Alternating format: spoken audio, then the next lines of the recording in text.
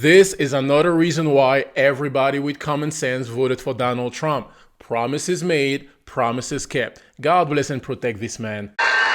In the coming weeks, I'll be working with Congress to get a bill on my desk that cuts taxes for workers, families, small businesses, and very importantly, keeps my promise for a thing called, and I know you didn't hear anything about this, and I'm sure it had no influence on the state, the fact that we won this crazy, massive majority, a state that hadn't been won by a Republican in decades. But I'm sure you haven't heard, but we're going to get it for you. No tax on tips. No tax on tips.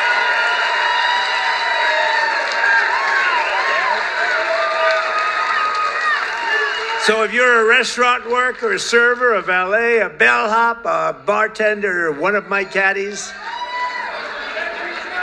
I go through caddies like candy. If I play badly, I always blame my caddy. Or any other worker who relies on tipped income, your tips will be 100% yours. Won't that be? Nationwide, over 4 million workers depend on tip income, including an estimated 700,000 single moms. And here in Nevada, we will have a quarter, think of it, a quarter of the typical restaurant worker's pay comes from tips. I didn't know that much. That's a lot.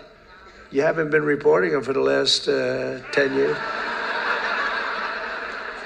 So here's our deal. We're going to have no tax on tips from now on, but we're going to go after you viciously for all the money you didn't report for the last 10, 15.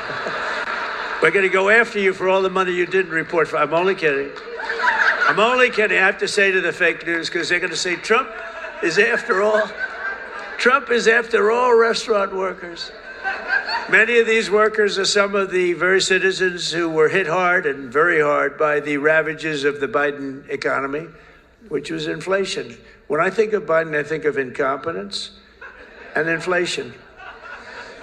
Not being nice by saying.